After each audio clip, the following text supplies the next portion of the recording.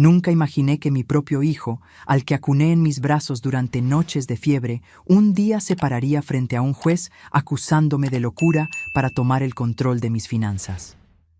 Había pasado toda mi vida ahorrando cada centavo para asegurar nuestro futuro, pero no me di cuenta de que el verdadero peligro no era perder dinero, sino dar demasiado dinero a quienes amaba.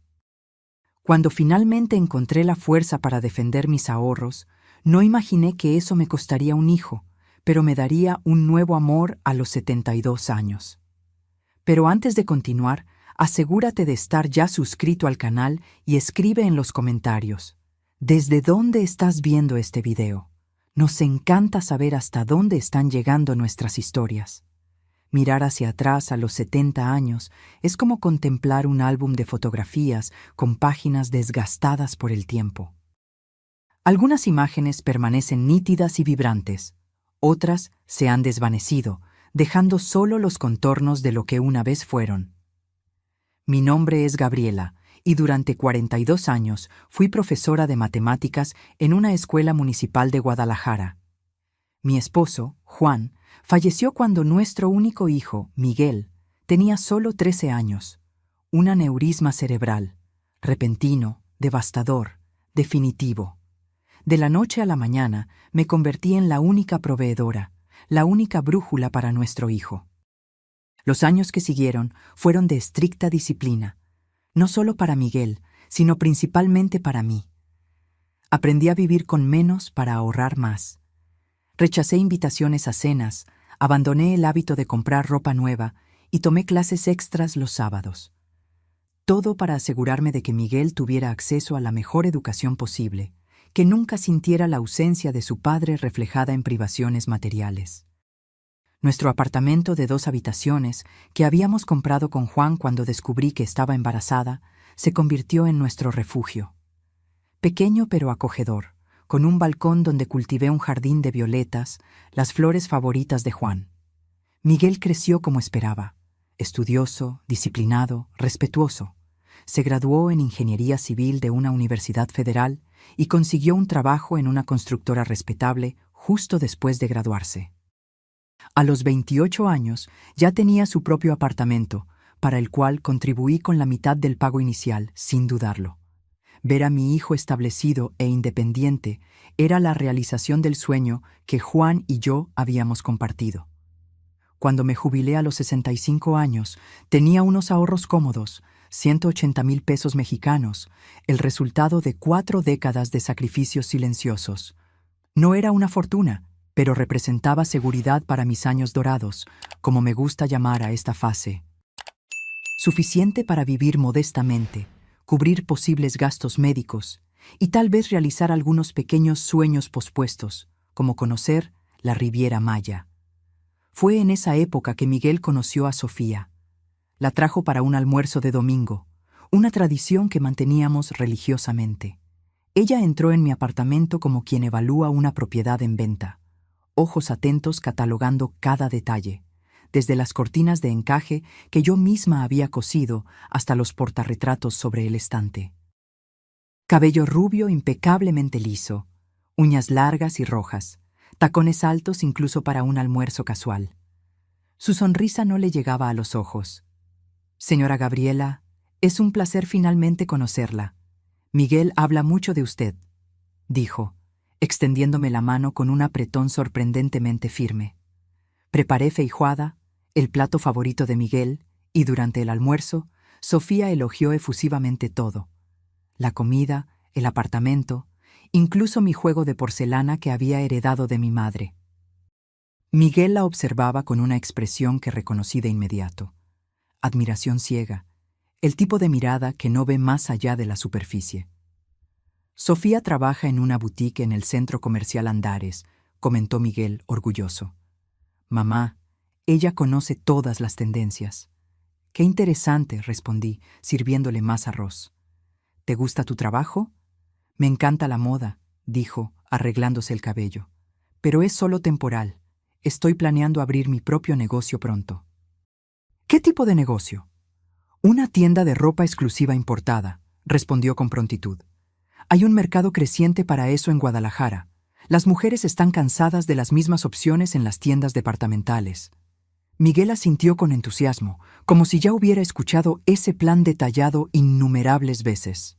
Me di cuenta en ese momento de que mi hijo, tan meticuloso en cuestiones profesionales, parecía haber suspendido todo sentido crítico cuando se trataba de Sofía. Los encuentros dominicales continuaron, y poco a poco, Sofía se convirtió en parte de la rutina. Siempre llegaba con pequeños regalos, un pastel comprado en una pastelería cara, flores exóticas que debían costar el triple que mis violetas, una bufanda de seda que combinaba perfectamente con mis ojos. Gestos calculados que Miguel interpretaba como demostraciones de afecto genuino. El matrimonio llegó 6 meses después. Una ceremonia en el espacio Jardín de las Mangabeiras, un lugar que costó 1/3 de mis ahorros. Miguel insistió en dividir los gastos conmigo, alegando que madre e hijo deben compartir este momento especial.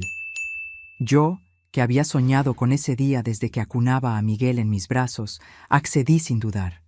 Quería verlo feliz, realizado, siguiendo su camino.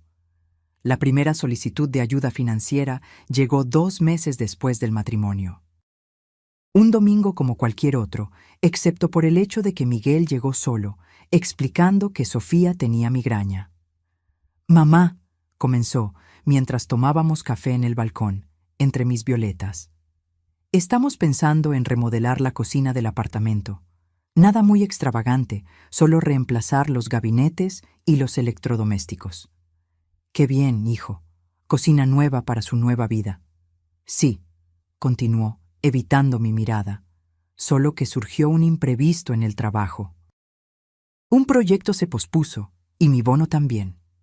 De inmediato me di cuenta de a dónde iba esa conversación.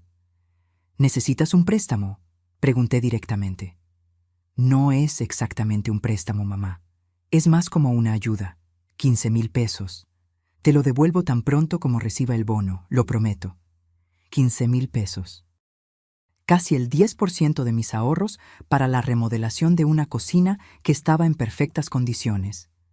Yo había visitado su apartamento la semana anterior y no había notado nada que justificara una remodelación urgente. «Claro, hijo. Te lo transferiré mañana mismo». Miguel sonrió aliviado, como si hubiera cargado un peso enorme hasta allí y finalmente pudiera depositarlo. Hablamos de otros temas, pero me di cuenta de que estaba más relajado, como si el verdadero propósito de esa visita se hubiera cumplido. El dinero fue transferido, el bono nunca se volvió a mencionar, y la supuesta remodelación de la cocina se transformó en un viaje a Buenos Aires. Lo descubrí semanas después, cuando Sofía publicó fotos en las redes sociales, mostrando ropa nueva frente a puntos turísticos argentinos. Ese fue solo el comienzo. Las solicitudes se volvieron regulares, siempre acompañadas de justificaciones elaboradas y promesas de devolución que nunca se concretaban. 5,000 para un curso de especialización que Miguel necesitaba hacer. 8,000 para reparaciones en el coche después de un supuesto accidente. 12,000 para ayudar con el pago inicial de un coche nuevo para Sofía, porque el viejo no era lo suficientemente seguro. En menos de un año, casi 60,000 pesos habían salido de mi cuenta. Yo, que había pasado 4 décadas ahorrando cada centavo, vi mis reservas disminuir sin que un solo centavo regresara. Aún así, no podía decir que no. Era mi hijo, mi único hijo. ¿Cómo negarle ayuda cuando decía necesitarla? Entonces, una tarde de mayo, recibí una llamada que lo cambiaría todo. «¿Señora Gabriela Oliveira?», preguntó una voz femenina al otro lado de la línea. «Sí, soy yo». «Hablamos del Banco Meridional. Estamos verificando una transacción inusual en su tarjeta de crédito». ¿Autorizó una compra de 8,500 pesos en la joyería Diamonds? Mi corazón se aceleró. No había hecho tal compra. Ni siquiera había visitado una joyería en los últimos años. «No», respondí con voz temblorosa. «No autoricé esa compra». «En ese caso, bloquearemos la transacción y su tarjeta. Deberá acudir a una sucursal para solicitar una nueva tarjeta». Cuando colgué el teléfono, mis manos temblaban. Solo había una explicación posible. Alguien había usado mi tarjeta sin mi autorización. Y esa persona solo podía ser Miguel o Sofía. Mi propia tarjeta, que le había prestado a Miguel 2 semanas antes para una emergencia en el trabajo. Una cena con clientes importantes que necesitaba pagar, pero su tarjeta estaba al límite. Era un miércoles, y tuve que esperar hasta el domingo para confrontarlos en persona. Esos fueron los días más largos de mi vida desde el fallecimiento de Juan. La sensación de traición era física, un peso constante en el pecho, un dolor que no cedía. No pude dormir bien, perdí el apetito y mis violetas se quedaron sin agua por primera vez en años. El domingo llegó, y con él Miguel y Sofía para el tradicional almuerzo. Ella llevaba un collar nuevo, de oro blanco con pequeños diamantes incrustados. Reconocí de inmediato el estilo de la joyería Diamonds, donde Juan había comprado mi anillo de bodas décadas atrás. Puse el estado de cuenta de la tarjeta sobre la mesa, antes incluso de servir el almuerzo.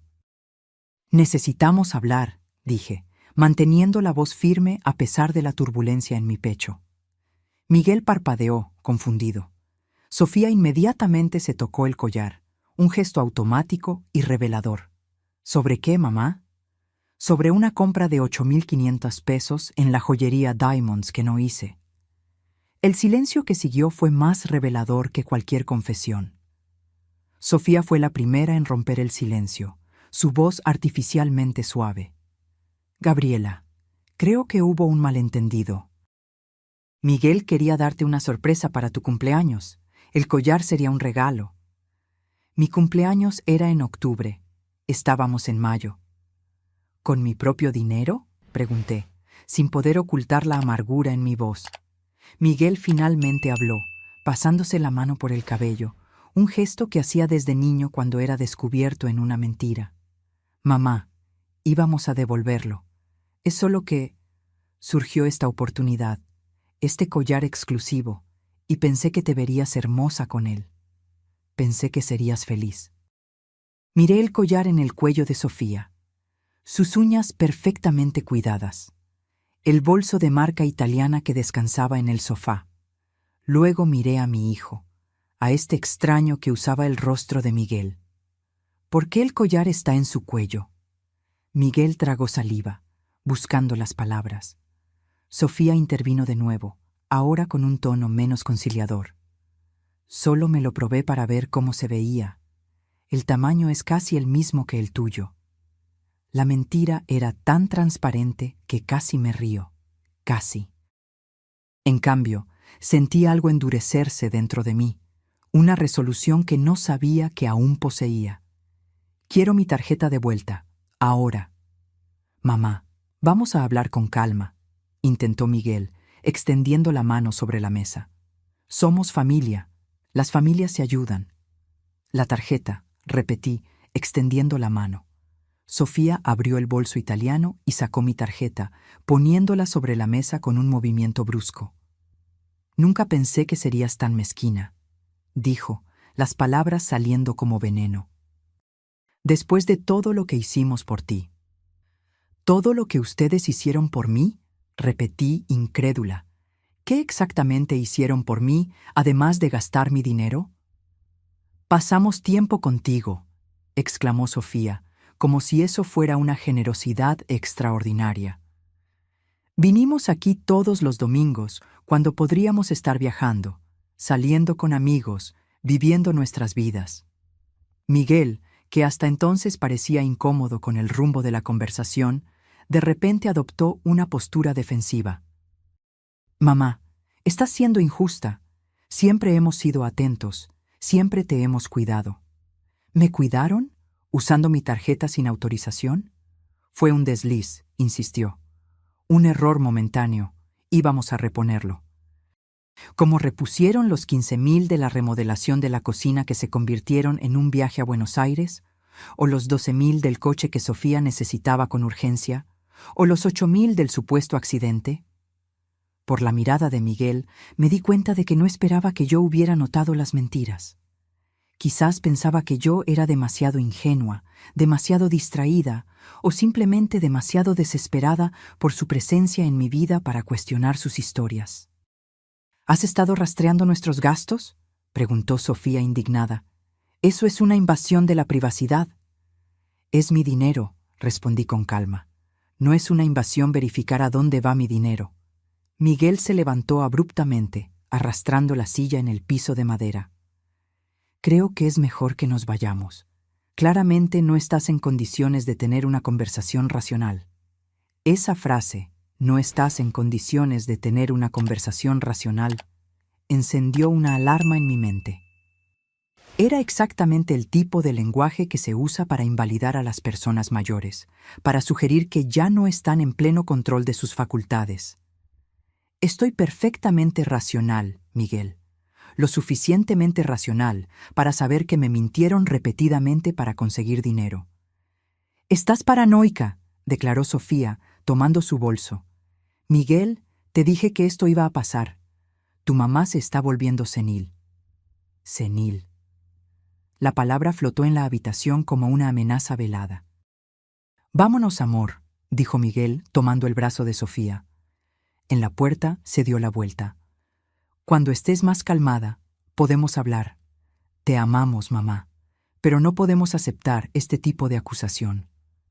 La puerta se cerró y me quedé sola con mis pensamientos tumultuosos y la terrible sospecha de que aquello era solo el comienzo de algo peor. En los días siguientes no supe nada de ellos. El siguiente domingo vino y se fue sin el tradicional almuerzo. Llamé a Miguel el lunes, pero la llamada fue al buzón de voz.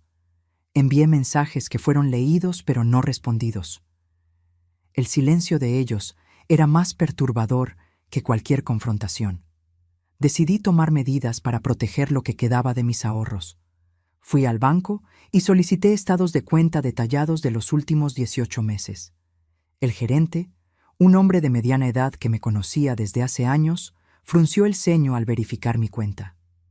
«Señora Gabriela, ¿sabe que hay 3 tarjetas adicionales vinculadas a su cuenta?». Mi estómago se encogió. ¿3 tarjetas? Yo solo solicité una.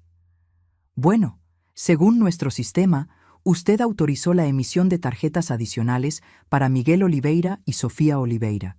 También hay una tercera tarjeta a nombre de, déjeme verificar, Jimena Morales».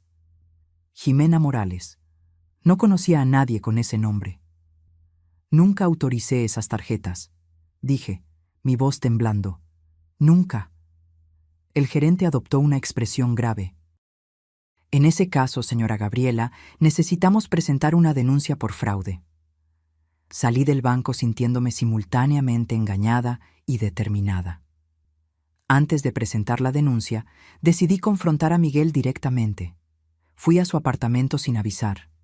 Era media tarde de un martes y no esperaba encontrarlos en casa, pero necesitaba ver el lugar con mis propios ojos, entender cómo vivían mientras drenaban mis ahorros.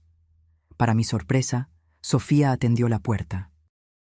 Llevaba ropa deportiva cara y parecía haber llegado de hacer ejercicio. Su rostro mostró sorpresa al verme.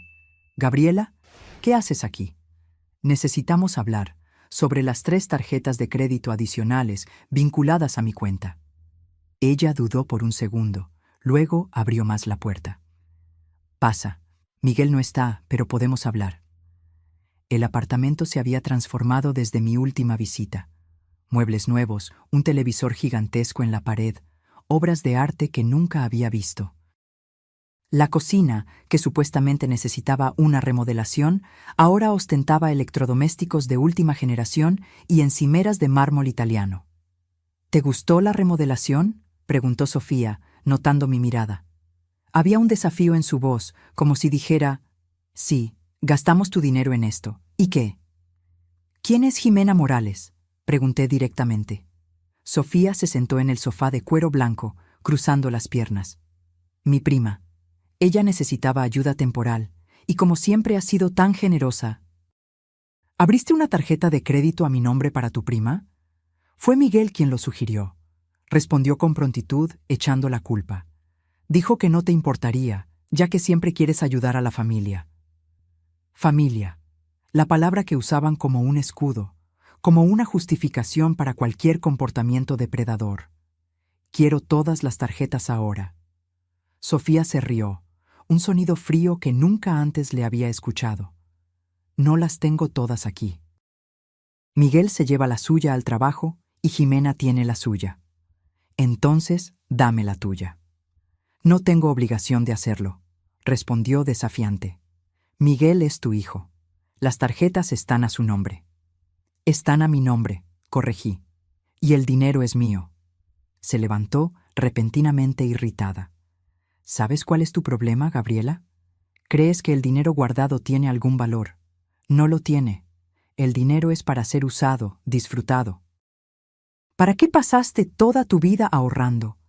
¿Para morir con una cuenta bancaria llena? Nosotros estamos viviendo la vida que tú nunca tuviste el coraje de vivir.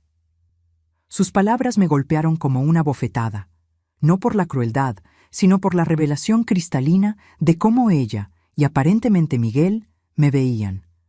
Una vieja tonta cuya única utilidad era financiar la vida que creían merecer. Voy a denunciarlos por fraude, dije, levantándome. Todas las tarjetas. Hazlo, desafió Sofía, acercándose tanto que pude sentir su perfume caro, probablemente también comprado con mi dinero. Vamos a ver si tienes el coraje de enviar a tu único hijo a la cárcel. Y aunque lo tengas, ¿quién crees que un juez va a creer? ¿En nosotros, una pareja joven y bien establecida, o en una anciana confundida que está cambiando de opinión sobre los regalos que le dio a su familia? La amenaza era clara.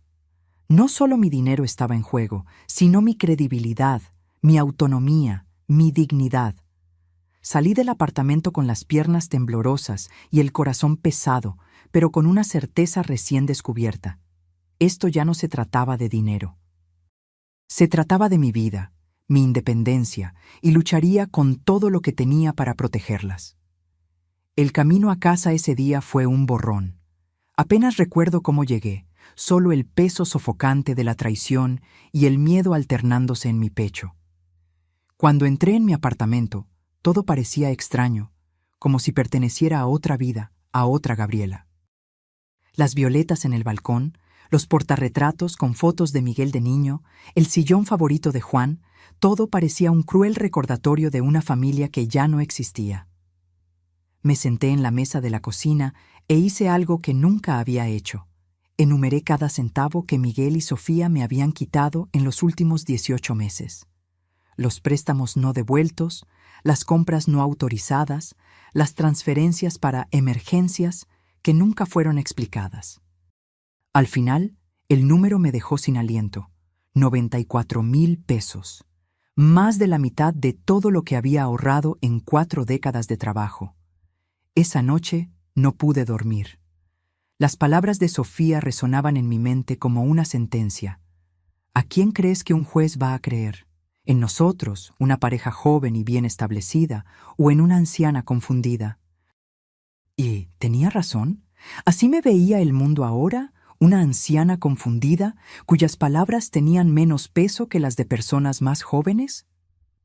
A la mañana siguiente, tomé una decisión. Llamé a mi amiga Luz, que se había jubilado conmigo de la escuela municipal donde enseñábamos. Ella siempre había sido la más asertiva de nosotras, la que no le tenía miedo a las confrontaciones. Luz, dije tan pronto como contestó, necesito tu ayuda. ¿Conoces a algún abogado de confianza? ¿Abogado? Gabriela, ¿qué pasó? Le conté todo, sin omitir ningún detalle. Las mentiras, las tarjetas fraudulentas, la amenaza velada. Dios mío, murmuró cuando terminé. ¿Y todavía tienes dudas de si denunciarlos? Es mi hijo, Luz, mi único hijo. No, Gabriela, respondió con firmeza. Ese hombre ya no es el niño que criaste. Conozco a alguien que puede ayudarte. Mi sobrino Ricardo es abogado especializado en derechos de los ancianos. Te daré su número.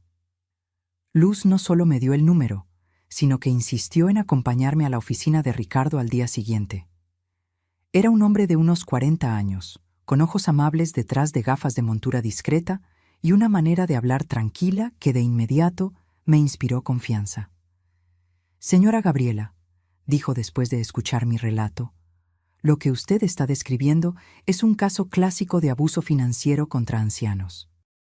Desafortunadamente, es mucho más común de lo que la gente imagina, especialmente cuando los perpetradores son familiares. ¿Qué podemos hacer?, pregunté, tratando de mantener la voz firme. Tenemos varias opciones. Primero, necesitamos bloquear inmediatamente todas las tarjetas vinculadas a su cuenta y verificar si existen otras cuentas o préstamos a su nombre que usted desconozca. Segundo, podemos presentar una demanda judicial para recuperar los valores. Tercero, existe la posibilidad de un proceso penal por fraude y estafa. ¿Penal? La palabra sonó pesada, definitiva. Eso significaría que su hijo y su esposa podrían enfrentar consecuencias legales por los actos que cometieron. Sí, Ricardo confirmó gentilmente. Pero esa decisión depende enteramente de usted. Algunas personas prefieren simplemente recuperar el dinero y cortar lazos, sin involucrar el sistema penal. Pensé en Miguel de niño, aprendiendo a caminar, agarrándose de mis dedos con sus manitas regordetas. Pensé en él de adolescente, orgulloso al mostrarme su primer boletín con notas ejemplares. Pensé en el joven que lloró al recibir su diploma universitario, dedicando el logro a mí y a la memoria de su padre. Luego pensé en el hombre que permitió que extraños abrieran tarjetas de crédito a mi nombre, que usó la memoria de nuestros lazos familiares para manipularme, que estaba dispuesto a hacerme parecer senil para seguir teniendo acceso a mi dinero. Solo quiero mi dinero de vuelta, decidí, y quiero que salgan de mi vida. Ricardo asintió, comprensivo. Nos centraremos en la recuperación de los valores entonces, pero debe estar preparada, no lo pondrán fácil. Las personas que cometen este tipo de abuso rara vez reconocen lo que hicieron. Probablemente intentarán voltearla contra usted de alguna manera. ¿Cómo así? Es una táctica común. Cuando son confrontados, los abusadores financieros a menudo alegan que la víctima está confundida, que dio permiso y lo olvidó, o incluso que está siendo manipulada por terceros. En casos extremos, he visto a perpetradores intentar obtener la tutela legal de las finanzas de la víctima, alegando incapacidad mental. Un escalofrío me recorrió la espalda. Era exactamente lo que Sofía había insinuado. ¿Y pueden conseguirlo? No fácilmente, no sin evidencia sustancial de incapacidad. Y por lo que veo, usted está en pleno control de sus facultades, pero es importante que estemos preparados para todas las posibilidades. En los días siguientes, entré en un extraño estado de alerta permanente. Ricardo me ayudó a bloquear todas las tarjetas y cuentas, a verificar mi nombre en las agencias de crédito y a preparar la documentación para el proceso judicial. Luz prácticamente se mudó a mi apartamento, negándose a dejarme sola, especialmente después de que recibimos noticias de que Miguel había intentado hacer retiros de mi cuenta de ahorros, ahora protegida por nuevas contraseñas y limitaciones. La primera represalia llegó una semana después, en forma de una llamada de un psicólogo que decía haber sido contratado por mi hijo, preocupado por mis episodios recientes de confusión y paranoia. El hombre hablaba con una condescendencia ensayada, como si estuviera hablando con un niño. Señora Gabriela, su hijo está muy preocupado. Me informó que ha estado haciendo acusaciones infundadas, que desconfía de las personas cercanas, que cree que le están robando su dinero. Son síntomas clásicos de demencia inicial. Colgué el teléfono sin responder. 10 minutos después, Ricardo me llamó. Señora Gabriela, acabo de recibir una llamada de un abogado que representa a su hijo. Están indicando que presentarán una solicitud de interdicción alegando que usted ya no es apta para administrar sus finanzas. Interdicción. La palabra cayó como una sentencia. Realmente estaban dispuestos a declararme legalmente incapaz para mantener el acceso a mi dinero. ¿Qué hacemos ahora?, pregunté, tratando de controlar el temblor en mi voz. Ahora actuaremos de manera preventiva. Solicitaré evaluaciones médicas y neuropsicológicas independientes para certificar su plena capacidad. Documentaremos cuidadosamente todos los intentos de intimidación y aceleraremos nuestro proceso contra ellos. En las semanas siguientes pasé por una batería de exámenes. Neurólogos, psicólogos, geriatras, todos certificaron que estaba en perfecto control de mis facultades, sin ninguna señal de deterioro cognitivo que justificara cualquier tipo de intervención legal. Cada certificado, cada informe, era una pequeña victoria, una confirmación de lo que ya sabía. No había nada malo conmigo, aparte de la ingenua confianza que deposité en mi propio hijo. Mientras tanto, los ataques continuaban. Los vecinos me informaron que Miguel y Sofía habían pasado por el edificio, hablando con los residentes sobre mi estado mental preocupante. Una de las profesoras jubiladas que había trabajado conmigo recibió una llamada de ellos, pidiéndole que testificara sobre cambios de comportamiento que había notado en mí en los últimos años. La directora de la escuela donde había enseñado durante 40 años me llamó, preocupada.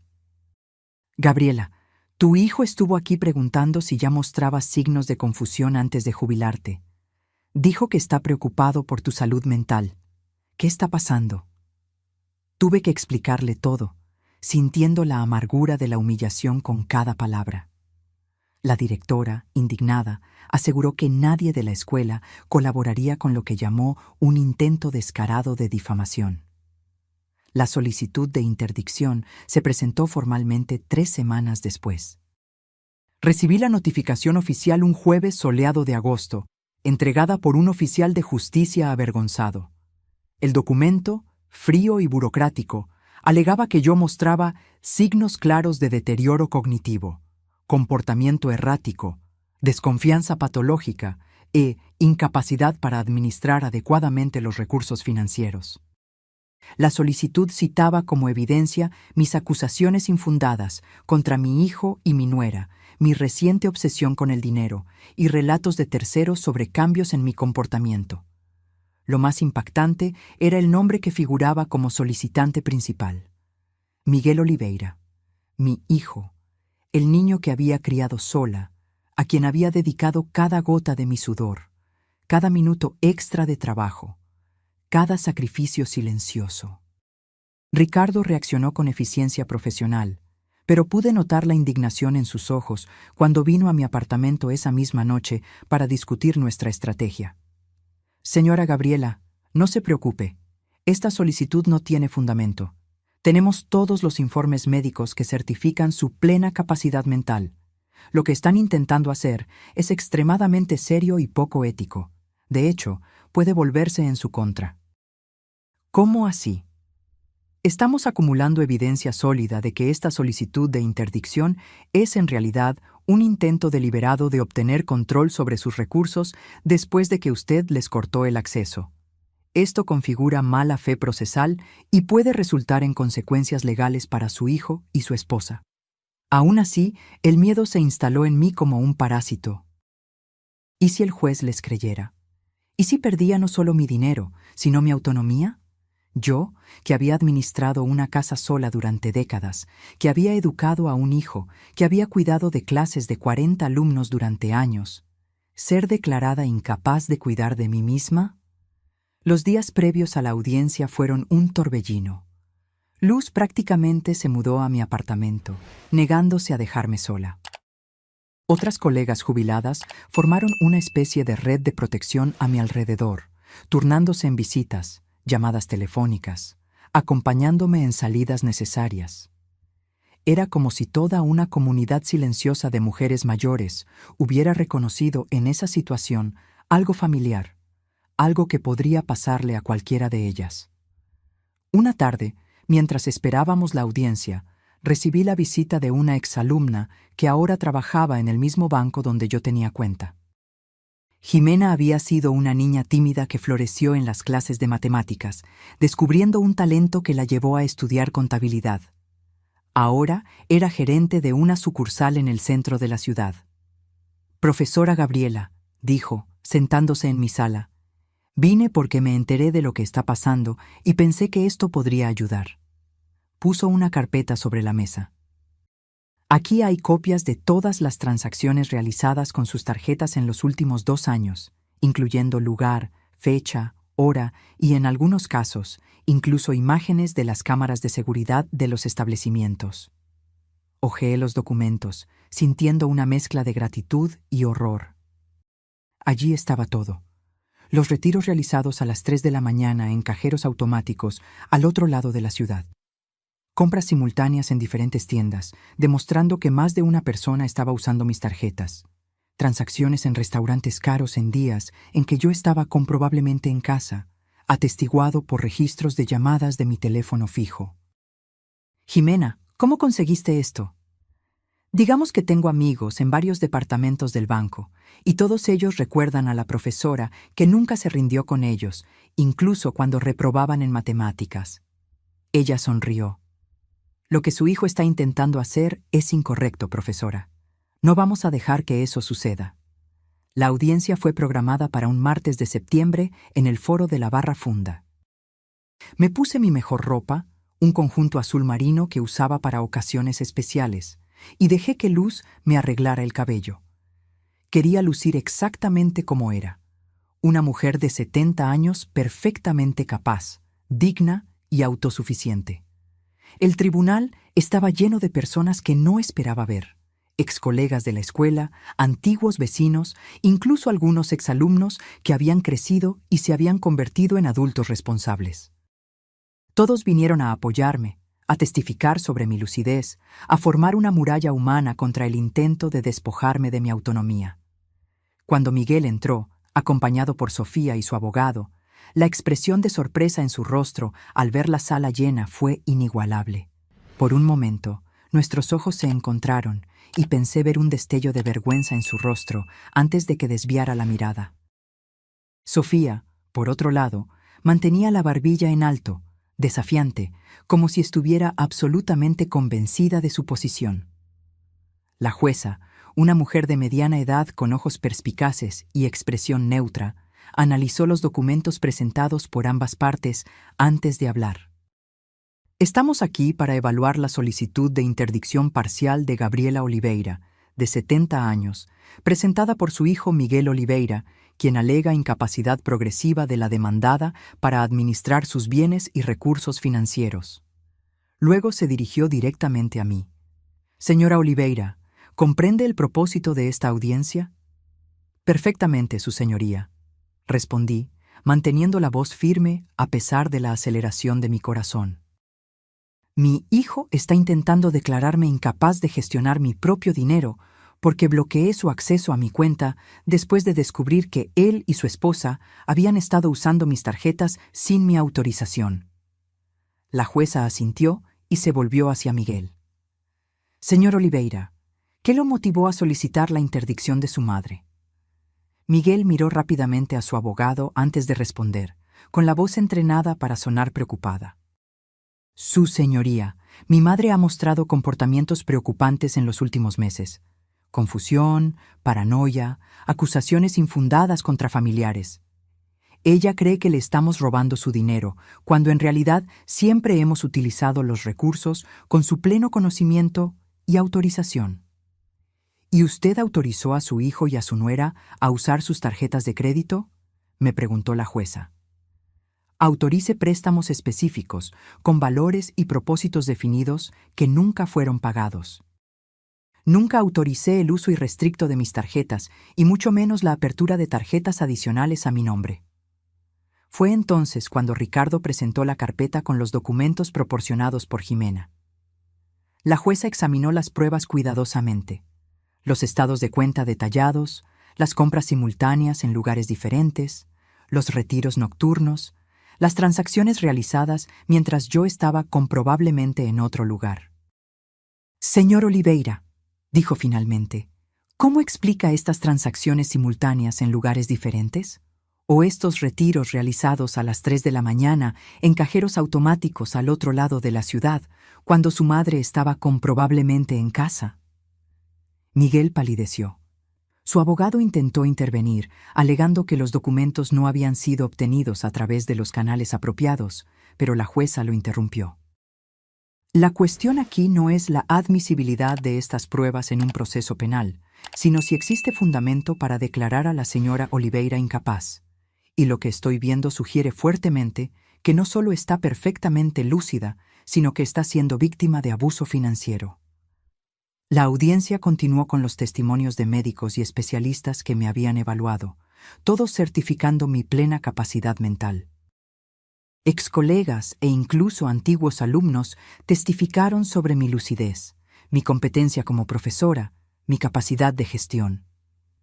El momento decisivo llegó cuando la jueza solicitó que yo demostrara mi conocimiento sobre mi propia situación financiera.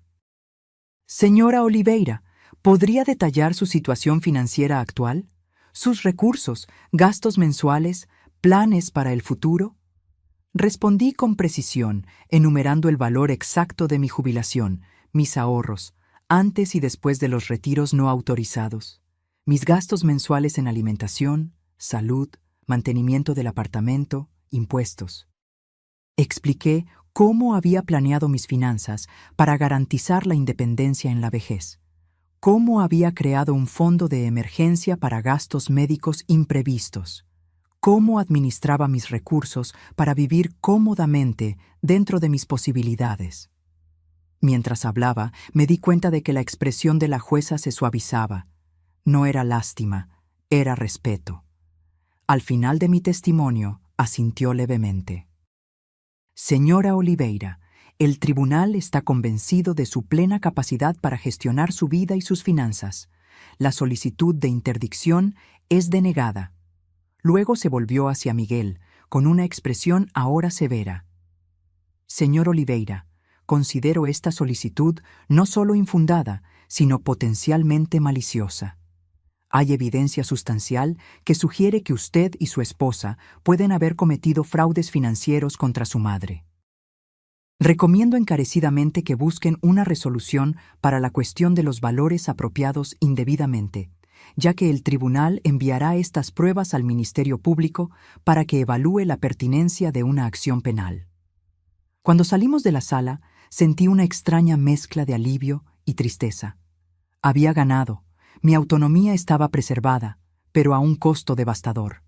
La relación con mi hijo, que había nutrido durante 40 años, estaba irremediablemente destruida. Lo miré una última vez antes de salir del tribunal, buscando algún rastro del niño que un día acuné en mis brazos, pero solo encontré la mirada dura de un extraño. Las victorias judiciales rara vez traen la satisfacción que imaginamos. Mientras amigos y partidarios me felicitaban en los escalones del tribunal, solo sentía un vacío creciente donde antes existía la certeza de un amor incondicional. La jueza había confirmado mi cordura, mi capacidad, mis derechos, pero nada podía restaurar la confianza rota o borrar la imagen de mi hijo, intentando declararme incapaz para tener acceso a mi dinero. En los días siguientes, intenté volver a la normalidad. Regué mis violetas, corregí pruebas de refuerzo que todavía daba a algunos alumnos los martes y jueves por la tarde. Participé en las reuniones del club de lectura en la biblioteca municipal. Actividades cotidianas que antes me daban placer, pero que ahora realizaba mecánicamente, como quien sigue un guión para fingir que la vida continúa. Luz permaneció a mi lado como una centinela incansable, apareciendo con pasteles caseros, sugiriendo paseos, llenando el silencio con conversaciones sobre todo, menos sobre Miguel. Otras amigas se turnaban en visitas, como si temieran que, si me dejaban sola, podría desmoronarme bajo el peso de la traición. Una tarde, unas 2 semanas después de la audiencia, mientras corregía pruebas en la mesa de la cocina, el timbre sonó. Era Renata, la vecina del 302, una mujer reservada que rara vez participaba en las conversaciones en el ascensor. «Señora Gabriela», dijo, retorciendo nerviosamente las asas de su bolso. «¿Puedo pasar? Necesito contarle algo». La invité a sentarse, le ofrecí café, que ella rechazó con un gesto impaciente. «Vine porque debería haberlo hecho antes. Tal vez podría haber evitado todo lo que usted pasó». «¿De qué estás hablando, Renata?» Ella respiró hondo, como quien reúne coraje. «Su hijo y su nuera me buscaron hace un mes. Querían que testificara en la audiencia, que dijera que la había visto hablando sola, pareciendo confundida, saliendo de casa con ropa inadecuada. Sentí un nudo en la garganta. ¿Y qué les dijiste? Les dije que era mentira, que nunca vi nada de eso. Que usted siempre ha sido perfectamente lúcida, organizada, independiente. Ella bajó la mirada. Luego me ofrecieron dinero, 5,000 pesos para que inventara historias sobre su comportamiento. Mis manos comenzaron a temblar ligeramente. ¿Aceptaste? No. Parecía genuinamente ofendida. Claro que no. Les dije que ni por 50,000 pesos mentiría para perjudicar a alguien, especialmente a una vecina que siempre ha sido amable conmigo. Pero vaciló. Buscaron a otros residentes del edificio, y algunas personas aceptaron. ¿Quién?, pregunté, aunque no estaba segura de si realmente quería saber. El conserje, para empezar. Es nuevo en el edificio, no la conoce bien. La pareja del 107 también. Apenas hablan con nadie. Dudo que sepan siquiera quién es usted. Cerré los ojos por un momento, intentando asimilar esa nueva capa de traición. Miguel no solo había intentado declararme incapaz, había intentado comprar testigos para fortalecer su caso. ¿Por qué me lo cuentas ahora, Renata? Porque no puedo dejar de pensar que, si lo hubiera denunciado antes, tal vez podría haber evitado todo esto. Y porque creo que usted merece saber el alcance de lo que intentaron hacer. Después de que se fue, me quedé sentada en la mesa, con las pruebas olvidadas frente a mí. Pensé en todas las veces que había preparado el plato favorito de Miguel, en cómo había ahorrado para darle la mejor educación posible, en cómo había festejado cada uno de sus logros como si fueran míos. Y pensé en cómo, al final, nada de eso importó cuando vio la oportunidad de poner sus manos en mi dinero. Llamé a Ricardo y le relaté lo que Renata me había contado. Tomó notas, prometió investigar, mencionó la posibilidad de agravar los cargos contra Miguel y Sofía. Palabras técnicas, procedimientos legales, todo sonando distante, incapaz de tocar la herida real. ¿Qué es lo que realmente quiere, señora Gabriela?, me preguntó finalmente, su voz suavizándose. ¿Quiere llevar esto hasta las últimas consecuencias legales? ¿Solo quiere recuperar su dinero? ¿O quiere intentar algún tipo de reconciliación? La pregunta me tomó desprevenida. ¿Qué quería? ¿El castigo de ellos? ¿Mi dinero de vuelta? ¿O simplemente a mi hijo, no al hombre en que se había convertido, sino al niño que había sido? Quiero que termine, respondí finalmente. Quiero poder seguir adelante sin mirar constantemente por encima del hombro, temiendo el próximo ataque. Quiero mi dinero de vuelta, pero más que eso, quiero paz. Ricardo asintió, comprensivo. Propondremos un acuerdo entonces. Ellos devuelven todo lo que tomaron indebidamente, firman un documento comprometiéndose a nunca más intentar acceder a sus finanzas y, a cambio, no continuaremos con los cargos penales. ¿Aceptarán? Probablemente. La alternativa sería enfrentar un proceso penal con pruebas sustanciales en su contra. Incluso un abogado inexperto recomendaría aceptar el acuerdo. El acuerdo fue propuesto, y como Ricardo había previsto, fue rápidamente aceptado. Miguel y Sofía se comprometieron a devolver los 94,000 pesos en cuotas mensuales a lo largo de 3 años, con intereses. Firmaron documentos legales renunciando a cualquier reclamo sobre mis finanzas y acordaron mantener distancia, sin contacto directo, a menos que yo lo iniciara. En pocos meses, mi vida financiera comenzó a estabilizarse. Las cuotas llegaban puntualmente, aunque sospechaba que esto se debía más al miedo a las consecuencias legales que a cualquier sentido de responsabilidad. Mi apartamento había sido equipado con nuevas cerraduras y un sistema de seguridad, cortesía de exalumnos que ahora trabajaban en una empresa de tecnología. Mis cuentas bancarias estaban protegidas por nuevos protocolos de seguridad que Jimena me había ayudado a implementar. Externamente, todo parecía resuelto, organizado, controlado. Pero internamente, luchaba con un luto profundo y confuso. El luto por alguien que aún estaba vivo, pero que había muerto para mí en todos los sentidos que importaban. En las noches solitarias, hurgaba en cajas de fotografías antiguas, trazando con los dedos el contorno del rostro de Miguel de niño, intentando entender en qué momento había perdido a ese niño. ¿Había sido mi culpa? ¿Fui excesivamente indulgente o demasiado estricta? ¿Había transmitido inconscientemente algún mensaje de que el dinero era más importante que los principios? Una tarde, mientras regaba mis violetas en el balcón, noté que una de ellas, la más antigua, que había sido un regalo de Juan, se estaba muriendo. Las hojas, antes vibrantes, estaban marchitas y amarillentas. Examiné la tierra, verificando si estaba demasiado seca o empapada. Busqué signos de plagas, cambié la maceta de posición para que recibiera más luz. Pero algo me decía que era demasiado tarde. La planta había pasado demasiado tiempo en condiciones inadecuadas y ahora estaba más allá del punto de recuperación. Observando esa violeta moribunda, sentí una extraña identificación. Yo también había pasado demasiado tiempo en una situación tóxica, permitiendo que drenaran mi energía vital, mis recursos, mi confianza. La diferencia era que, de alguna manera, yo había encontrado la fuerza para alejarme antes de que fuera demasiado tarde. La planta no tuvo esa elección. Me doy cuenta, al relatar esta historia, de que hablo de Miguel y Sofía como si fueran villanos de un cuento simple. Pero la vida rara vez es tan clara. Hubo momentos, en las horas más tranquilas de la madrugada, en que me preguntaba si Sofía había manipulado a Miguel tan hábilmente como habían intentado manipularme a mí. Si mi hijo, en algún lugar dentro de ese extraño que había intentado robarme, todavía era el niño que había criado para ser honesto y bueno.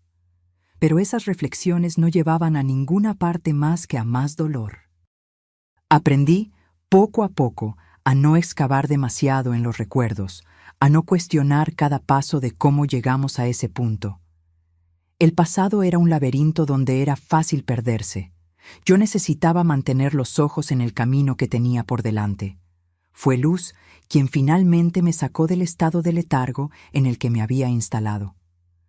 Una tarde de sábado, apareció en mi puerta con una expresión determinada que yo conocía bien. «Gabriela, vístete, vamos a salir». ¿Salir? ¿A dónde? A la universidad. Hay una conferencia sobre literatura brasileña contemporánea que comienza en 1 hora. Luego vamos a cenar al restaurante italiano de la Avenida Insurgentes que tanto te gusta. Luz, no estoy de humor para... Exactamente por eso vamos, me interrumpió, ya abriendo mi armario y eligiendo ropa. Has estado encerrada en este apartamento por demasiado tiempo, rumiando lo que pasó. La vida continúa, Gabriela. Y seguir viviendo es la mejor venganza que puedes tener contra quienes intentaron menospreciarte. A regañadientes, dejé que me arrastrara fuera. La conferencia, impartida por un joven profesor entusiasta, fue sorprendentemente cautivadora. La cena después, con copas de vino y conversaciones que no tenían nada que ver con Miguel, Sofía o los procesos judiciales, fue como respirar aire fresco después de meses en una habitación cerrada. Al regresar a casa, noté algo que no había percibido en mi ausencia. Mi apartamento olía a humedad, a cortinas que no se abrían con frecuencia, a una vida suspendida. Decidí allí, en ese momento, que no permitiría que la traición de Miguel definiera el resto de mi vida. A la mañana siguiente, abrí todas las ventanas, dejando que la luz de octubre entrara sin restricciones. Separé ropa que ya no usaba para donar, reorganicé libros, limpié superficies que había descuidado. Pequeños gestos de cuidado con mi espacio que eran, en realidad, gestos de cuidado conmigo misma. Y fue durante esa limpieza que encontré, en el fondo de un cajón, una tarjeta que Juan me había dado en nuestro último aniversario de bodas, solo 3 meses antes de morir. Dentro, con su caligrafía angular, había escrito: «Para Gabriela, que siempre encuentra luz incluso en los días más oscuros.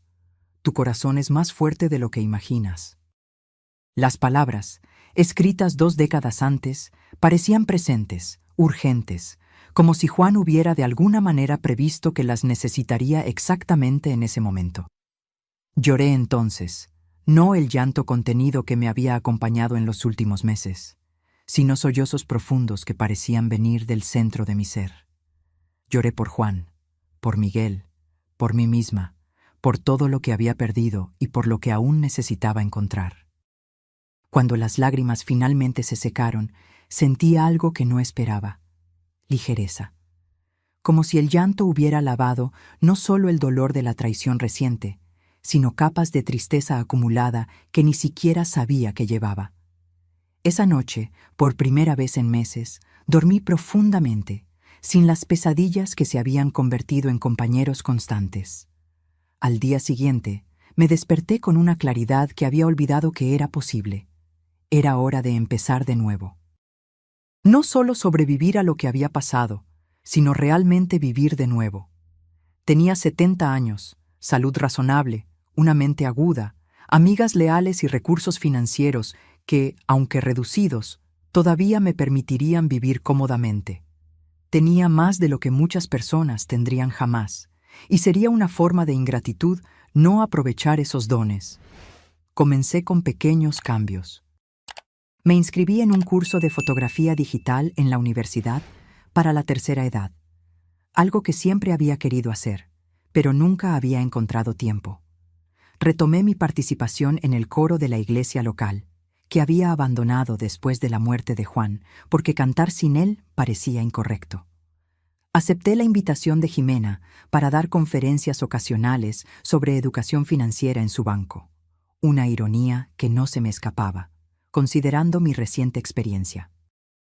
Cada nueva actividad, cada nueva relación, era una pequeña afirmación de que mi historia no había terminado, de que todavía había capítulos por escribir que no incluían a Miguel o el dolor que él había causado. El tiempo es un médico extraño. No cura completamente todas las heridas, como dicen los clichés, pero las transforma en algo con lo que podemos convivir. El dolor agudo de la traición de Miguel se transformó gradualmente en una tristeza crónica, siempre presente, pero ya no paralizante. Una parte de mí todavía se sobresaltaba cuando sonaba el teléfono, temiendo que fuera él con alguna nueva exigencia o amenaza. Otra parte esperaba en secreto que él llamara para pedir perdón, para decir que había entendido la gravedad de lo que había hecho. Ninguna de esas llamadas llegó.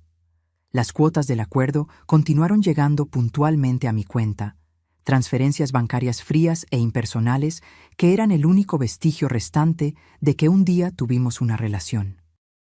A veces me preguntaba cómo Miguel se explicaba a sí mismo esos pagos mensuales. ¿Serían, en su mente distorsionada, una forma de extorsión de la que era víctima? ¿O había momentos de claridad en los que reconocía el mal que había causado? Esas preguntas sin respuesta fueron perdiendo importancia a medida que mi vida se llenaba de nuevas experiencias. El curso de fotografía resultó ser una pasión inesperada. Descubrí que tenía ojo para las composiciones, para capturar momentos que otros no notaban. Comencé a documentar mi barrio, los rostros de los comerciantes locales, los cambios sutiles en las estaciones, vistos a través de las mismas ventanas, día tras día. Las conferencias sobre educación financiera en el Banco de Jimena evolucionaron hacia un programa más estructurado. Finanzas para la tercera edad, lo llamamos. Compartía principios básicos de economía, presupuesto del hogar, planificación para la jubilación, pero también advertía sobre los signos de abuso financiero familiar, usando mi propia experiencia, sin nombres, como caso de estudio. Cuando alguien que amas comienza a hablar de nuestro dinero al referirse a tu dinero, presta atención, les decía a los participantes, en su mayoría mujeres de entre 60 y 70 años. Cuando se solicitan préstamos para emergencias que nunca se explican por completo, cuando las promesas de pago se hacen y se rompen repetidamente, cuando comienzas a sentirte culpable por cuestionar a dónde va tu dinero, esas son alertas que no se pueden ignorar. Las miradas de reconocimiento en muchos rostros me decían que mi historia no era única. La vergüenza y el silencio que rodean el abuso financiero contra ancianos especialmente cuando es perpetrado por familiares, crean la ilusión de casos aislados, cuando en realidad es una epidemia silenciosa. Fue después de una de esas conferencias, casi un año después del juicio, que conocí a Gabriel. Era un señor de 74 años, viudo desde hace 5, que había asistido a mi presentación con especial atención. Cuando la sesión de preguntas terminó, esperó a que todos se dispersaran antes de acercarse. Su conferencia me conmovió profundamente, dijo, extendiendo la mano. Gabriel Mendonça. Gabriela Oliveira, respondí, notando sus ojos marrones amables y la forma tranquila en que hablaba. Me alegra que haya sido útil. Más que útil, reveladora. Él dudó por un momento. Pasé por algo muy similar con mi hijo menor. No llegué al punto de un proceso judicial, pero casi. Había una comprensión en sus ojos que me desarmó, el conocimiento compartido de un dolor específico que pocos podrían entender por completo. Es difícil hablar de eso, observé. La vergüenza.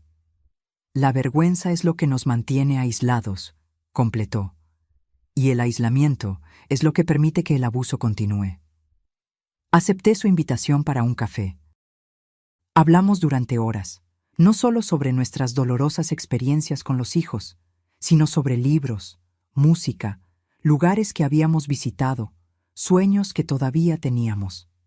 Gabriel había sido profesor universitario de historia, era un apasionado del jazz, cocinaba el mejor risotto de champiñones de la Ciudad de México, según él mismo, y tenía un perro anciano llamado Kafka. ¿Por el escritor?, pregunté. En realidad, porque de cachorro, se quedaba mirando las paredes como si vieran algo incomprensible y ligeramente amenazador. Respondió riendo. Parecía apropiado. Al final de esa tarde, intercambiamos números de teléfono con la vaga promesa de mantenernos en contacto. No pensé mucho en eso después. Los encuentros casuales ocurren y rara vez llevan a algo significativo, especialmente a nuestra edad. Para mi sorpresa, Gabriel llamó al día siguiente, invitándome a un concierto de jazz en el Cesc Pompeia el fin de semana. Acepté, más por curiosidad que por cualquier otra cosa. No había salido en una cita en casi 30 años, desde unos meses después de la muerte de Juan, cuando amigas bienintencionadas intentaron reintroducirme en el mercado, una experiencia que había considerado desastrosa y no tenía deseo de repetir. Pero Gabriel era diferente a los hombres que había conocido en esa época. No había desesperación en él, ninguna prisa, ningún sentimiento de que yo debía sentirme agradecida por la atención. Solo la compañía tranquila de alguien que entendía el valor del tiempo, que sabía apreciar los pequeños momentos, que no veía la viudez como un problema a resolver, sino como una parte de la historia que nos había traído hasta allí. El concierto fue seguido por una cena, que llevó a más conciertos, exposiciones de arte, caminatas en el Parque Chapultepec, largas conversaciones en cafeterías. En Gabriel encontré algo que no esperaba. Un compañero que no llenaba el espacio que Juan había dejado, sino que creaba un espacio completamente nuevo, donde yo podía ser no solo la viuda de Juan o la madre de Miguel, sino simplemente Gabriela, una mujer con pensamientos, deseos, miedos y esperanzas propios. 6 meses después de nuestro primer encuentro, Gabriel me invitó a conocer a Kafka, su perro. Era un mestizo ya bastante anciano, con pelo gris alrededor del hocico y una disposición filosófica que justificaba su nombre. Pasamos la tarde en su acogedor apartamento, lleno de libros y discos de vinilo, mientras él preparaba el famoso risotto de champiñones. ¿Sabes qué es lo que más admiro de ti, Gabriela?, preguntó mientras revolvía el arroz lentamente. Tu resiliencia.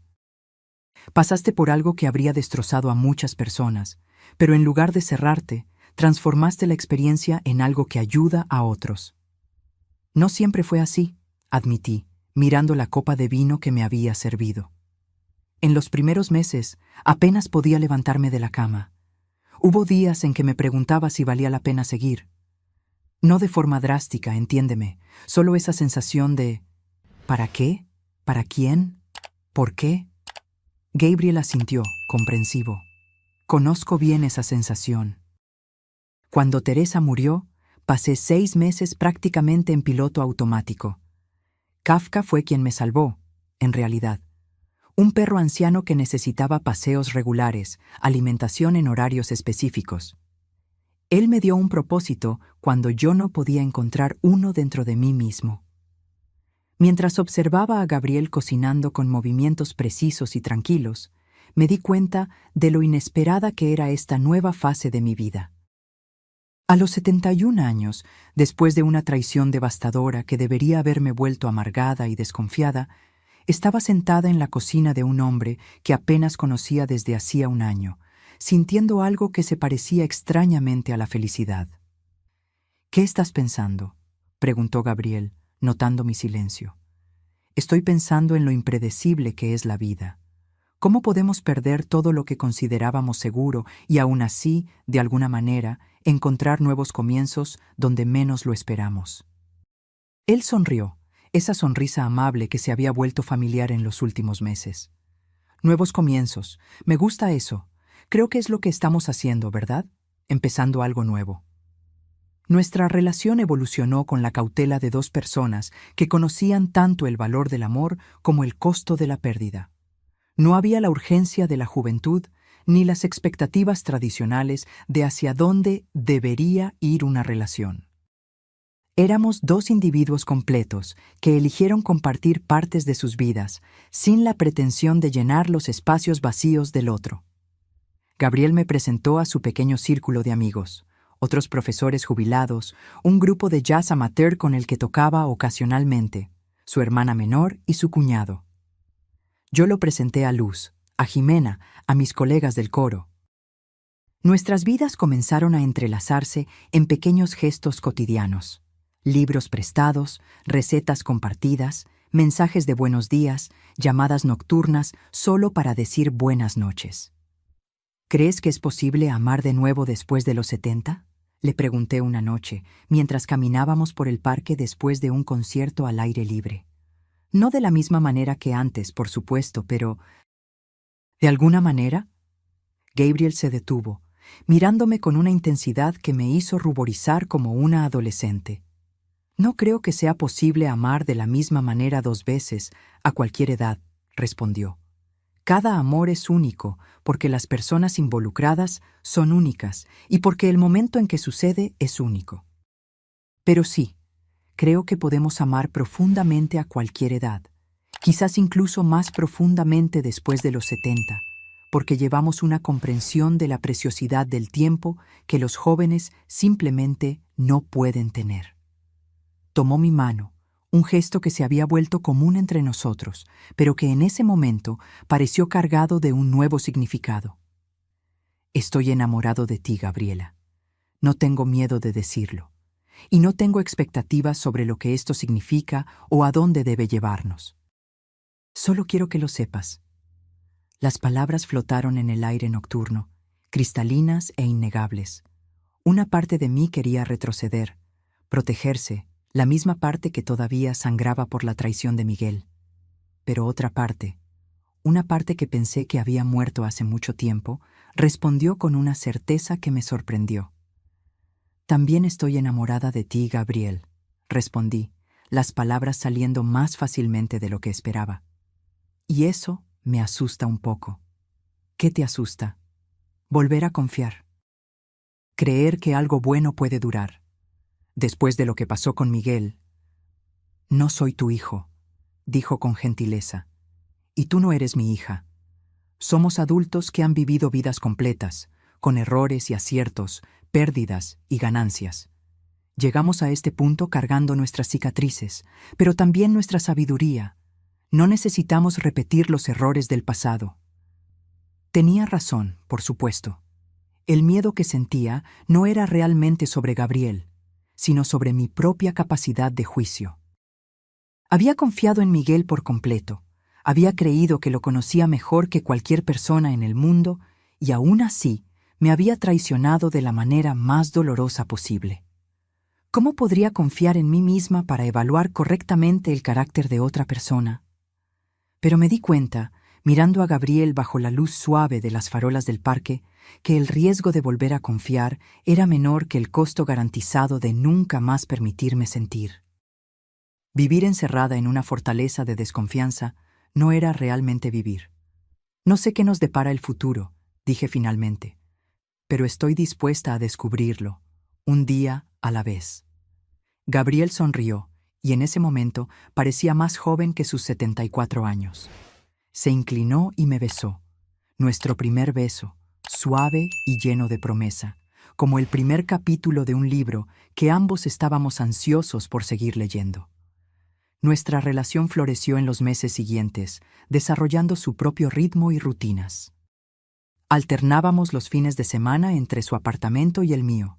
Descubrimos restaurantes favoritos, películas que ambos disfrutábamos, compositores que escuchábamos repetidamente.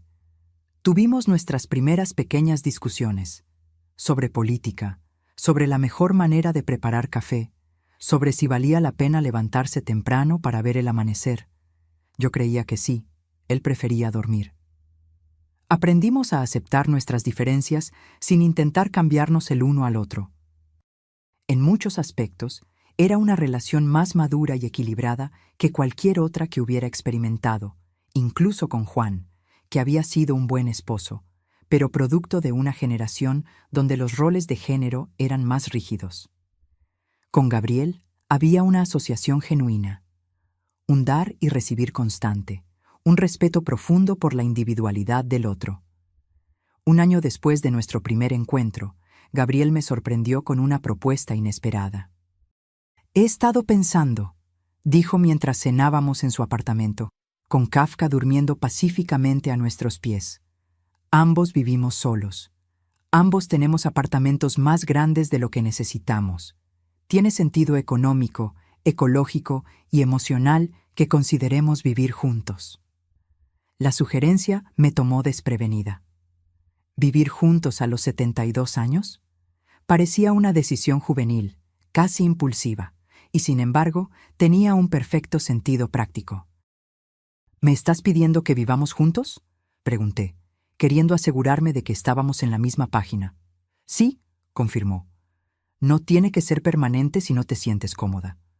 Podemos hacer una prueba de 3 meses.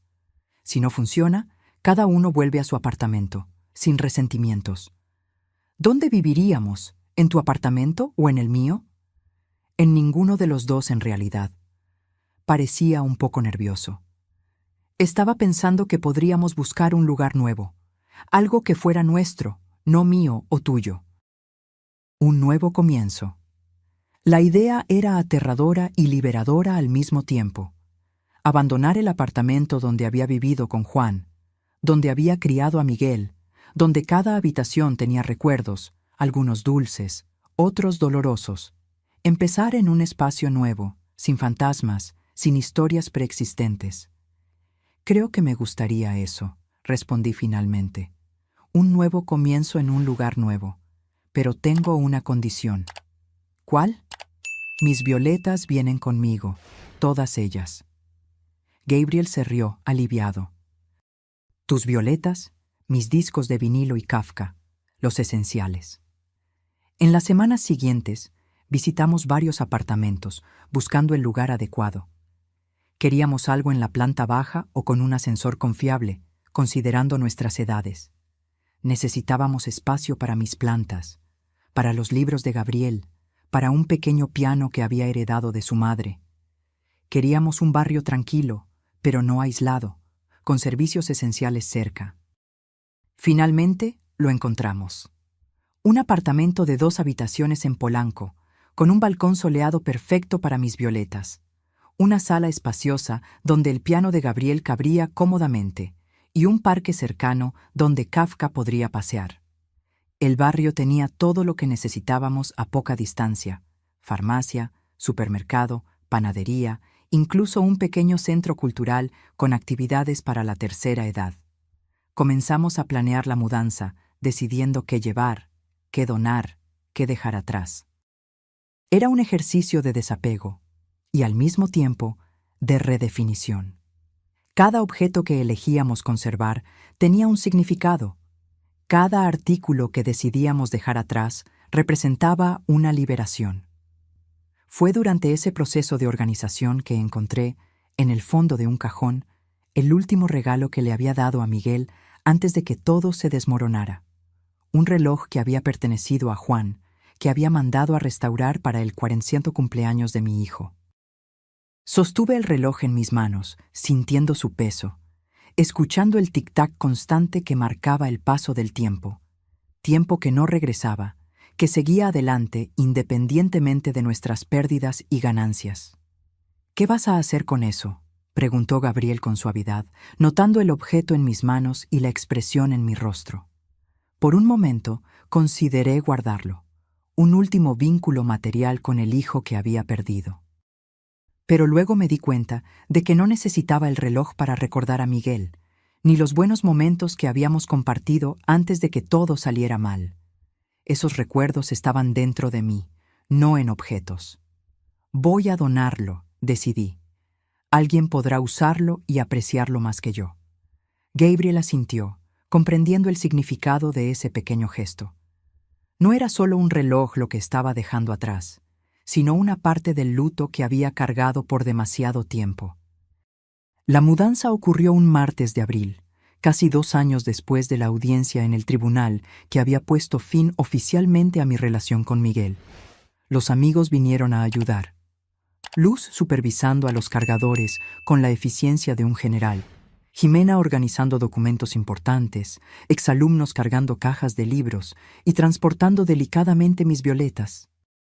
Cuando el último coche fue descargado y los últimos ayudantes se despidieron, Gabriel y yo nos quedamos solos en nuestro nuevo hogar, un espacio lleno de cajas y muebles en posiciones temporales, pero que ya palpitaba con posibilidades. «Bienvenida a nuestro nuevo comienzo», dijo Gabriel, abrazándome por los hombros mientras observábamos la sala desordenada. «Nuestro nuevo comienzo», repetí, saboreando las palabras. ¿Quién diría que a los 72 años estaría comenzando una nueva vida? «¿Quién dijo que hay una edad para empezar de nuevo?», respondió, besando mi frente. «Mientras haya un mañana, hay posibilidad de un nuevo comienzo». Esa noche dormimos en nuestro nuevo dormitorio, en una cama improvisada, exhaustos por la mudanza pero extrañamente energizados. A través de la ventana podíamos ver un cielo estrellado que parecía prometer días mejores. Me dormí pensando en cómo la vida se mueve en ciclos inesperados. Cómo podemos perder todo y aún así encontrar nuevos tesoros. Cómo podemos ser heridos profundamente y aún así descubrir la capacidad de amar de nuevo. Cómo podemos ser traicionados por aquellos en quienes más confiamos y aún así aprender a confiar de nuevo. La traición de Miguel había sido la herida más profunda de mi vida, pero paradójicamente también había sido el catalizador que me empujó hacia esta nueva existencia. Una existencia que, a los 72 años, parecía más rica en posibilidades de lo que jamás podría haber imaginado. Las estaciones se sucedieron, y con ellas nuestra vida en común desarrolló sus propios ritmos. El apartamento en Polanco, inicialmente solo un espacio con potencial, se transformó verdaderamente en nuestro hogar. El balcón se convirtió en un pequeño jardín urbano, con mis violetas floreciendo junto a hierbas aromáticas que Gabriel cultivaba para sus experimentos culinarios. La sala de estar, con el piano restaurado ocupando un lugar destacado, se convirtió en nuestro santuario. Él tocando suavemente piezas de jazz mientras yo leía u organizaba fotografías recientes. Establecimos nuevas tradiciones. Desayuno prolongado los domingos con música clásica de fondo. Noches de cine en casa los viernes con películas antiguas que ambos amábamos. Una cena mensual con amigos cercanos donde cada uno traía un plato y compartíamos historias hasta tarde. Nuestra rutina de pareja se desarrolló de forma natural, sin las fricciones que a menudo acompañan a las parejas más jóvenes. Quizás era la edad, quizás la experiencia de relaciones anteriores, pero había una fluidez entre nosotros que me sorprendía, como si nos hubiéramos conocido hace décadas, no solo unos años. Creo que el secreto es que no estamos intentando cambiarnos el uno al otro, observó Gabriel una noche, mientras lavábamos los platos uno al lado del otro. Cuando somos jóvenes, creemos que amar a alguien significa moldearlo a nuestra imagen ideal. A nuestra edad, entendemos que amar es aceptar al otro exactamente como es. Sonreí, pasándole un plato mojado para que lo secara. También ayuda que ya no tenemos nada que demostrar. No estamos construyendo carreras, criando hijos o intentando impresionar a nadie, excepto el uno al otro ocasionalmente, me guiñó un ojo, haciéndome reír. Nuestra vida sexual, otro aspecto que muchos asumen que desaparece con la edad, encontró su propia expresión. Menos urgente que en la juventud, tal vez, pero más presente, más conectada. Había una intimidad profunda en conocer y ser conocida por alguien que comprendía las limitaciones y las bellezas de un cuerpo más viejo, que no esperaba la perfección, que encontraba erotismo en la vulnerabilidad compartida. El sexo a los 70 es como un buen vino añejo, comentó Gabriel una vez, acostado a mi lado después de hacer el amor. Menos intenso a primera vista, tal vez, pero con matices y profundidades que solo el tiempo puede crear. En esta nueva fase, mi relación con el dinero también cambió. Las cuotas del acuerdo con Miguel seguían llegando puntualmente, y cada depósito mensual era como un pequeño recordatorio del pasado. Inicialmente, revisaba la cuenta obsesivamente, temiendo que los pagos se detuvieran, que Miguel encontrara alguna laguna legal para escapar de sus obligaciones. Pero con el tiempo, esa preocupación disminuyó. Gabriel y yo establecimos un sistema financiero que reflejaba nuestros valores compartidos. Manteníamos cuentas separadas para gastos personales y ahorros anteriores, pero creamos una cuenta conjunta para gastos del hogar. Ambos contribuíamos proporcionalmente a nuestros ingresos, y todas las decisiones importantes se discutían abiertamente. Era un arreglo práctico, respetuoso, sin los juegos de poder que a menudo involucran el dinero en las relaciones. Es gracioso, le comenté una tarde, mientras organizábamos documentos financieros. Pasé la vida ahorrando para asegurar la vejez, y ahora que estoy aquí, descubrí que la verdadera seguridad no viene solo del dinero, sino de las conexiones que construimos. Aunque un buen plan de jubilación ciertamente ayuda, agregó Gabriel pragmáticamente, haciéndome sonreír. La cuestión de Miguel permanecía como una sombra ocasional en nuestra felicidad. Gabriel nunca presionaba el tema, pero siempre estaba dispuesto a escuchar cuando yo sentía la necesidad de hablar sobre mi hijo, sobre el dolor de la pérdida, sobre la confusión que aún sentía al intentar reconciliar al niño que había criado con el hombre que me había traicionado. A veces me pregunto si debería intentar contactarlo, le confesé una noche mientras observábamos la lluvia por la ventana. No para retomar como era antes, eso sería imposible, pero solo para, no sé, cerrar un ciclo tal vez. Gabriel consideró mis palabras cuidadosamente antes de responder. ¿Qué esperas lograr con eso? ¿Perdón? ¿Explicaciones? ¿Reconciliación? La pregunta me hizo reflexionar. ¿Qué quería realmente de Miguel después de todo lo que había pasado? Creo que quiero entender, respondí finalmente. Quiero saber cómo mi hijo, a quien pensé que había criado con valores de honestidad y respeto, pudo hacer lo que hizo. ¿Hubo algo que no vi? ¿Algo que podría haber hecho diferente? Gabriel tomó mi mano, sus dedos entrelazándose con los míos, un gesto que se había vuelto tan familiar como mi propia respiración. Gabriela, sabes que algunas preguntas no tienen respuestas satisfactorias, ¿verdad? A veces, las personas toman decisiones terribles por razones que ni ellas mismas comprenden por completo. Lo sé, suspiré. Pero aún así, es difícil no preguntarse. Consideré la posibilidad de escribirle una carta a Miguel.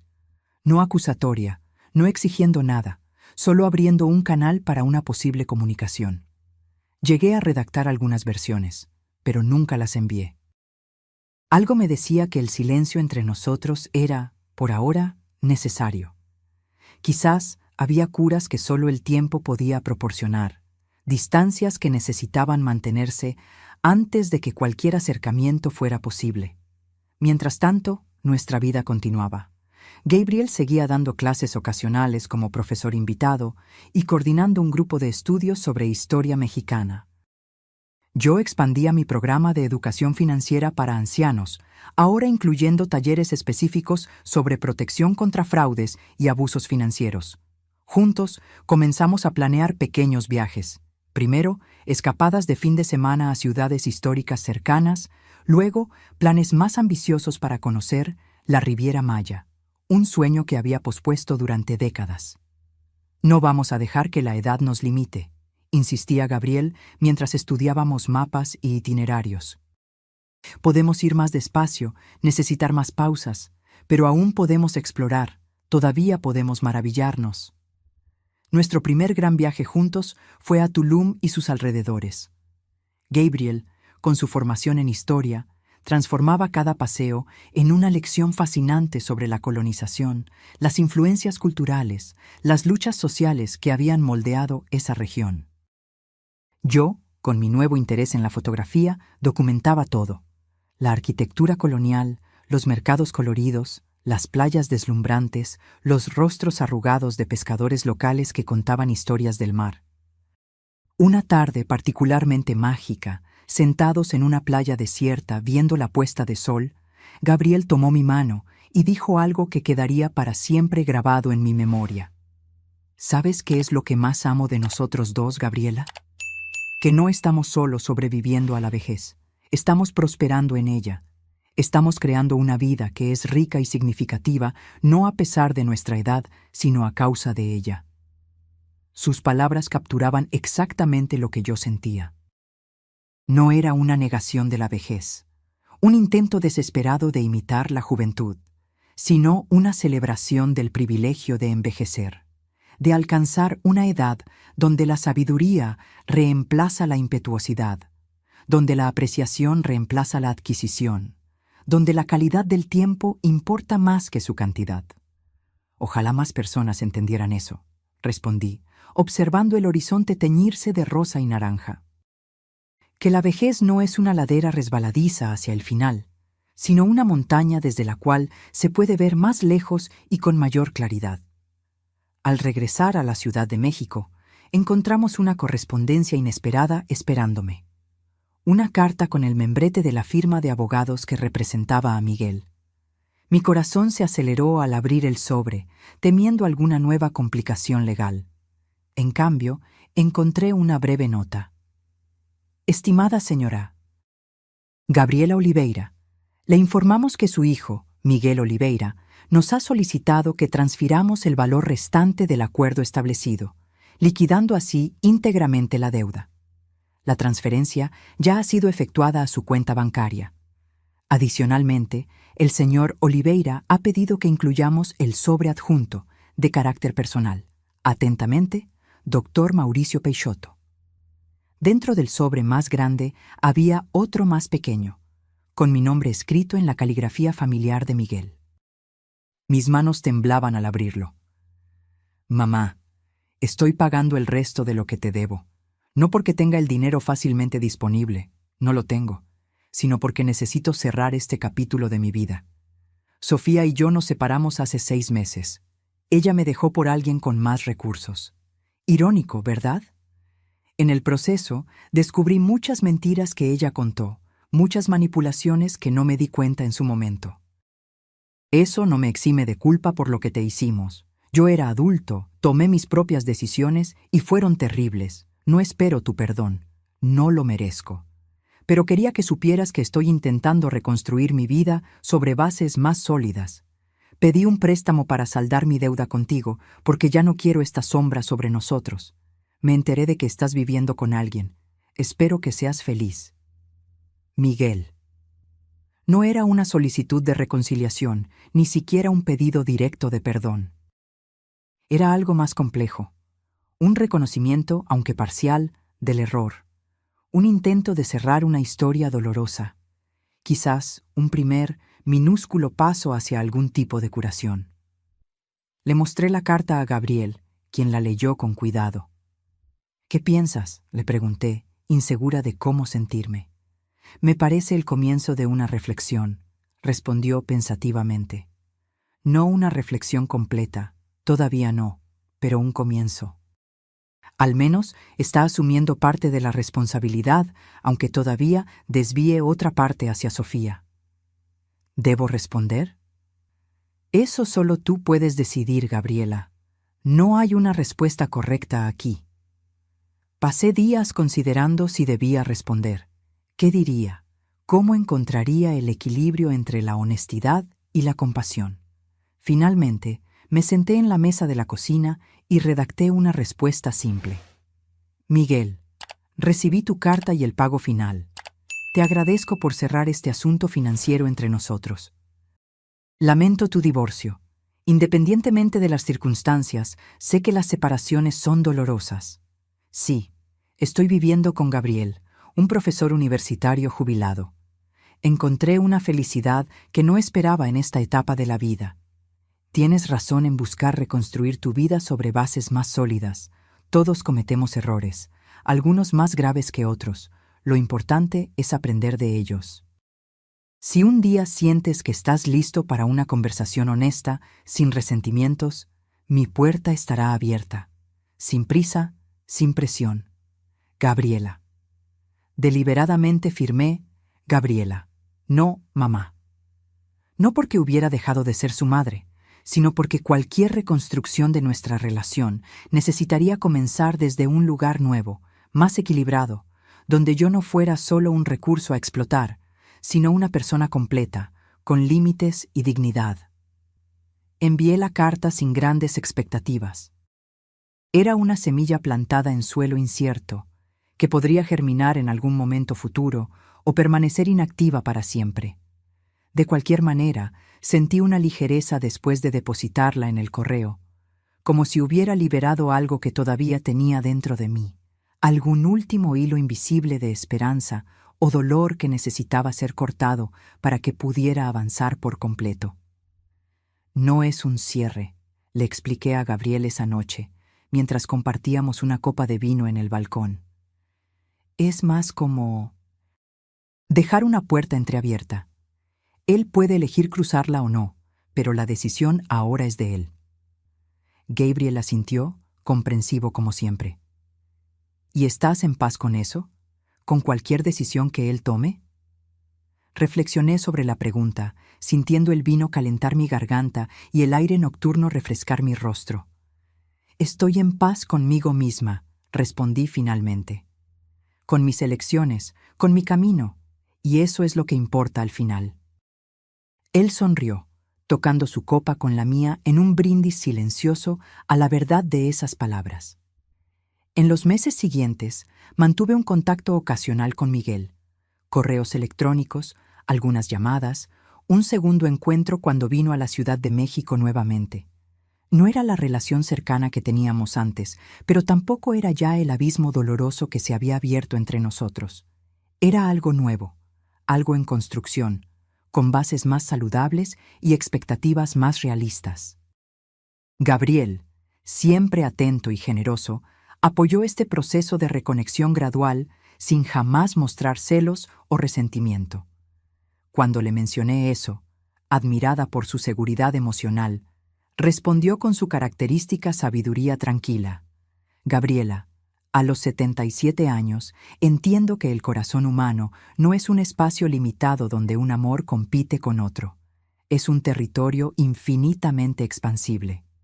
Tu vínculo con Miguel, sea cual sea la forma que finalmente adopte, no disminuye en absoluto lo que tenemos. De hecho, si eso trae más paz a tu corazón, solo enriquecerá nuestra vida juntos. Y él tenía razón. A medida que la vieja herida comenzaba a sanar de verdad, sentí una expansión en mi capacidad de estar presente, de apreciar plenamente la vida que construíamos juntos. En nuestro 4º aniversario de convivencia, Gabriel me sorprendió con un regalo inesperado. Un pequeño cachorro, una mezcla de varias razas rescatado de un refugio. No es un sustituto de Kafka, explicó mientras el cachorro exploraba nuestro apartamento con entusiasmo torpe. Pero pensé que nuestro hogar podría beneficiarse de una nueva energía. Además, cuidar de otro ser vivo nos mantiene comprometidos con el futuro. Bautizamos al perro como Chico, inspirados por el ángel mensajero, un nombre que parecía apropiado para un ser que había entrado en nuestras vidas trayendo alegría renovada. Chico, con su energía ilimitada y curiosidad insaciable, nos obligaba a mantener una rutina activa, a pasear diariamente por el barrio, a interactuar con otros dueños de mascotas en los parques locales. «Él nos está manteniendo jóvenes», observaba Gabriel con frecuencia, mientras Chico lo arrastraba con entusiasmo por la acera durante nuestros paseos matutinos. A medida que nos acercábamos a los 80 años, Gabriel y yo comenzamos a discutir el futuro del Proyecto Violeta. Estaba claro que nuestra energía y capacidad para gestionarlo diariamente eran limitadas, pero queríamos asegurarnos de que el trabajo continuara. «Necesitamos institucionalizar el proyecto», sugirió Gabriel, «transformarlo en algo que no dependa solo de nosotros». Con la ayuda de Ricardo, que todavía nos asistía en asuntos legales, transformamos el Proyecto Violeta en una organización sin fines de lucro oficialmente registrada. Establecimos una junta directiva compuesta por profesionales más jóvenes comprometidos con la causa, incluyendo a Jimena, mi exalumna que ahora ocupaba un cargo de gerencia senior en su banco. En una ceremonia emotiva, le pasé oficialmente la presidencia del proyecto a Jimena, manteniendo para mí y para Gabriel posiciones consultivas en la junta.